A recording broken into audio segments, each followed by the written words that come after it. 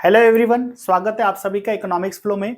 इस वीडियो में हम डिस्कस करने वाले हैं features of Indian economy on the year of independence. Indian economic development का चैप्टर नंबर फर्स्ट डिस्कस करेंगे, जिसमें इंडियन इकोनॉमी के फीचर्स डिस्कस करेंगे on the year of independence. बच्चों, आपको पता है 1947 से पहले अप्रोक्स 200 ईयर्स तक हमारे यहाँ एक कॉलोनियल पीरियड चला और कॉलोनियल पीरियड 1757 से स्टार्ट हुआ at the time of Plassey battle. Plassey के बैटल से लेकर 1947 तक इंडियन इकोनॉमी में कॉलोनियलिज्म रहा, यानी ब्रिटिशर्स की हम एज ए कॉलोनी काम करते थे, वो हमारे लिए रूरल कंट्री हुआ करते थे। Rules regulations and policy determine करते थे जो हमें सभी फॉलो करने होते थे और हम उनकी एज ए कॉलोनी काम करते थे, जिसे कॉलोनियल पीरियड या कॉलोनियलिज्म कहा जाता है या ब्रिटिश पीरियड कहा जाता है।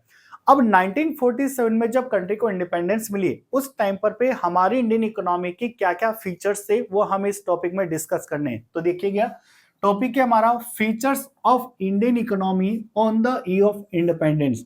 सबसे पहले बात करते हैं हम यहाँ पर पे स्टैग्नेंट इकोनॉमी, यानी on the year of independence के टाइम पर इंडियन इकोनॉमी को एक स्टैग्नेंट इकोनॉमी कहा जाता था। अब स्टैग्नेंट इकोनॉमी क्या होता है उसके बारे में डिस्कस करते हैं। देखिएगा, on the eve of independence Indian economy was completely stagnant economy, यानी उस टाइम पर पे इंडिया पूरी एक स्टैग्नेंट इकोनॉमी हुआ करता था। क्या मतलब स्टैग्नेंट इकोनॉमी का? A stagnant economy is one which show the little और no growth in income। जब किसी भी इकोनॉमी की इनकम की ग्रोथ नहीं होती है, रुक सी जाती है, या वो अपने डेवलपमेंट के पाथ पर स्टक हो जाती है, रुक जाती है, तो ऐसी इकोनॉमी को स्टैग्नेंट इकोनॉमी कहा जाता है। और इंडिपेंडेंस के टाइम पर हमारी इकोनॉमी भी कुछ यही प्रॉब्लम फेस कर रही थी, इसलिए इंडियन इकोनॉमी को उस टाइम पर पे स्टैग्नेंट इकोनॉमी कहा जाता है, क्योंकि हमारी जो इनकम थी वो काफी ज्यादा लो थी, उसकी ग्रोथ ही नहीं हो पा रही थी। सेकंड बात करें तो growth of agriculture real output. आपको पता है हम पूरी तरीके से एग्रीकल्चर सेक्टर पर डिपेंड थे, तो aggregate real output first half of the 20th century less than 2%, यानी हमारा जो रियल आउटपुट था 20th सेंचुरी के टाइम पर वो 2% से भी कम था। और अगर ग्रोथ रेट की बात करें पर कैपिटा आउटपुट की, तो वो पर ईयर 0.5% से भी कम था, इसलिए हमारी economy as a stagnant economy कहलाती थी। सेकंड फीचर हम बात करते हैं इंडियन इकोनॉमी का on the year of independence, backward economy. देखिएगा बच्चों, सबसे पहले समझते हैं बैकवर्ड इकोनॉमी किसे कहा जाता है। जब किसी भी इकोनॉमी की पर कैपिटा इनकम काफी ज्यादा लो हो जाती है, यानी कम हो जाती है, तो उसे बैकवर्ड इकोनॉमी कहा जाता है। पर कैपिटा इनकम को कैलकुलेट किया जाता है national income upon total population. जब भी नेशनल इनकम को टोटल पॉपुलेशन से डिवाइड किया जाता है तो पर कैपिटा इनकम मिलती है, and per capita income is example of the macro economics. तो इंडिपेंडेंस के टाइम पे इंडियन इकोनॉमी की पर कैपिटा इनकम काफी ज्यादा लो थी, इसलिए इंडियन इकोनॉमी को एक बैकवर्ड इकोनॉमी भी कहा जाता है। An economy is the called backward economy. किसी भी इकोनॉमी को बैकवर्ड इकोनॉमी तब कहा जाता है when it has a very low per capita income, जब उसकी पर कैपिटा इनकम काफी लो हो जाती है। इन 1947-48, अगर हम लोग 1947-48 की पर कैपिटा इनकम की बात करें तो वो ओनली हमारे पास ₹230 थी, यानी पर पर्सन जो इनकम थी एवरेज वो 230 रुपीज थी, जो कि काफी ज्यादा कम है और एक लो पर कैपिटा इनकम का इंडिकेशन देती थी। इसलिए इंडियन इकोनॉमी को इंडिपेंडेंस के टाइम पर एक बैकवर्ड इकोनॉमी की फॉर्म में जाना जाता था। नेक्स्ट बात करते हैं हम डोमिनेंस ऑफ एग्रीकल्चर। देखिएगा, न तो उस टाइम हमारा इंडस्ट्रियल सेक्टर डेवलप था और न ही हमारा टर्सरी सेक्टर जिसे सर्विस सेक्टर था कहा जाता है वो भी डेवलप नहीं था। पूरी तरीके से इंडियन इकोनॉमी केवल और केवल एग्रीकल्चर सेक्टर पर डिपेंड थी। लेकिन ब्रिटिश पीरियड ने हमारे एग्रीकल्चर सेक्टर में किसी भी तरीके का कोई नया इनोवेशन नहीं करा, नहीं वो हमारे फार्मर्स को यहाँ पर पे इरिगेशन फैसिलिटी प्रोवाइड करते थे, बल्कि जमींदारी सिस्टम और फॉलो करा हुआ था। जमींदारी सिस्टम में हमारे फार्मर्स से वो सरप्लस का चार्ज लेते थे और टैक्स कलेक्ट करके ईस्ट इंडिया कंपनी या ब्रिटिश गवर्नमेंट को डिपॉजिट किया करते थे। लेकिन हम बात करें कि उस टाइम पर पे एग्रीकल्चर सेक्टर डोमिनेंट हुआ करता था, पूरी तरीके से हम लोग एग्रीकल्चर सेक्टर पे ही डिपेंड थे।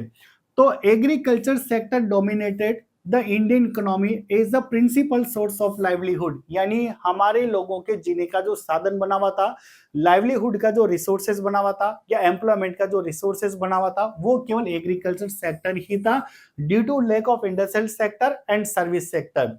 Nearly 80% of Indian population was depend on the agriculture for the livelihood. यानी इंडिपेंडेंस के टाइम पर इंडियन पॉपुलेशन का 80% पार्ट लाइवलीहुड के लिए, एम्प्लॉयमेंट के लिए केवल और केवल एग्रीकल्चर सेक्टर पर ही डिपेंड था। And nearly 70% of working population, देखो बच्चों, वर्किंग पॉपुलेशन का मतलब होता है टोटल पॉपुलेशन का वो पार्ट जो वर्क करता है, जिसमें एज ग्रुप आता है 15 टू 64 ईयर्स, इसे वर्किंग पॉपुलेशन का पार्ट कहा जाता है। तो टोटल इंडिया की जो भी 100% वर्किंग पॉपुलेशन थी, उसका 70% जो पार्ट था वो एंगेज्ड था केवल और केवल एग्रीकल्चर सेक्टर के अंदर। नेक्स्ट बात है ब्रिक इंडस्ट्रियलाइजेशन। ब्रिटिशर्स कभी चाहते ही नहीं थे कि इंडिया में इंडस्ट्रियलाइजेशन हो, क्योंकि उन्होंने हमें रॉ मटेरियल का एक्सपोर्टर और फाइनल गुड्स का इंपोर्टर बना करके छोड़ दिया। यानी इंडिया से सारा रॉ मटेरियल लेके जाते थे, खुद के इंडस्ट्रियल सेक्टर में इसको यूज में लेते थे, फाइनल गुड्स में कन्वर्ट करके खुद की रिक्वायरमेंट पूरी होने के बाद इंडिया के मार्केट में आके काफी ज्यादा हाई प्राइसेस पे सेल किया करते थे। यानी हमारे रॉ मटेरियल जिसे वो फाइनल गुड्स में कन्वर्ट कर रहे हैं और हमें ही वापस आकर के हाई प्राइसेस पे सेल कर रहे हैं, ब्रिटेन के मार्केट इंडिया के अंदर एस्टेब्लिश कर रहे हैं। इससे क्या हो रहा है, एक तो सारा रॉ मटेरियल जा रहा है, न हमारे पास इंडस्ट्रियल सेक्टर डेवलप हो पा रहा, और हमारी इनकम जब हम उनसे फाइनल गुड्स परचेज करें तो इंडिया की इनकम भी ट्रांसफर हो रही है ब्रिटिश इकोनॉमी के अंदर। तो देखिएगा, prior to the British rule से पहले यानी प्री कॉलोनियल पीरियड की बात करें तो हमारा हैंडीक्राफ्ट प्रोडक्ट पूरे वर्ल्ड में फेमस हुआ करता था। हाथ से बनाई हुई जो चीजें हैं उसे हैंडीक्राफ्ट प्रोडक्ट कहा जाता है, और ब्रिटिशर्स ने इस हैंडीक्राफ्ट प्रोडक्ट को भी डिस्ट्रॉय कर दिया। ब्रिटिशर्स कभी नहीं चाहे कि इंडिया का हैंडीक्राफ्ट प्रोडक्ट पूरे वर्ल्ड के अंदर फेमस हो और India handicraft product rest of the world को एक्सपोर्ट करे, इसलिए उन्होंने हमारे हैंडीक्राफ्ट प्रोडक्ट पर काफी हैवी ड्यूटी चार्ज कर दी, जिससे हमारे यहाँ से हैंडीक्राफ्ट प्रोडक्ट का जब हम एक्सपोर्ट करेंगे और रेस्ट ऑफ द वर्ल्ड जब हमसे इंपोर्ट करेगा तो काफी हैंडीक्राफ्ट प्रोडक्ट काफी महंगा हो जाएगा और वहां के लोग ज्यादा प्राइस होने की वजह से उसको डिक्लाइन करना शुरू कर देंगे। हमारे पास केवल और केवल इंडस्ट्रियल सेक्टर में कहा जा सकता है हैंडीक्राफ्ट प्रोडक्ट ही था जो ही हमारे लिए सब कुछ हुआ करता था एग्रीकल्चर के अलावा। तो देखिएगा, prior to the British period यानी कॉलोनियल पीरियड से पहले industrial sector in the India was well known for handicraft, यानी हमारा इंडस्ट्रियल सेक्टर केवल और केवल हमारे लिए हैंडीक्राफ्ट प्रोडक्ट ही था एक तरीके से। But it was systematically destroyed, लेकिन इसको भी सिस्टमैटिकली तरीके से ब्रिटिश पीरियड के थ्रू डिस्ट्रॉय करा गया by the discriminatory British policies की जो डिस्क्रिमिनेटरी ट्रेड पॉलिसी है उसने हमारे हैंडीक्राफ्ट प्रोडक्ट को भी काफी ज्यादा डिस्ट्रॉय कर दिया। स्टूडेंट्स, ये हमने बात करी features of Indian economy on the year of independence. बने रहिए हमारे यूट्यूब चैनल के साथ।